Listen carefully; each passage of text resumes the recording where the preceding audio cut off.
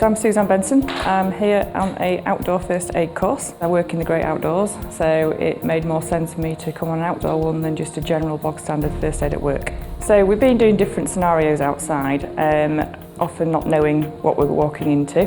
We've had some great actors around the college just basically acting out a scenario that you would maybe find outdoors. So it's much more easier to learn that way than it is just in a classroom and thinking about how you're going to manage that outside.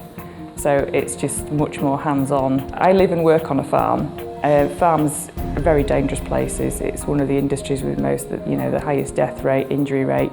So I'd encourage any farmer to send at least one person from every farm on it because it saves lives. First aid is important for everybody no matter what you do for a living, but those people who are working outdoors, I just feel this is more applicable and it gives you that confidence. So yeah, I'd recommend it to anybody who's working in the outdoors regardless of what you do.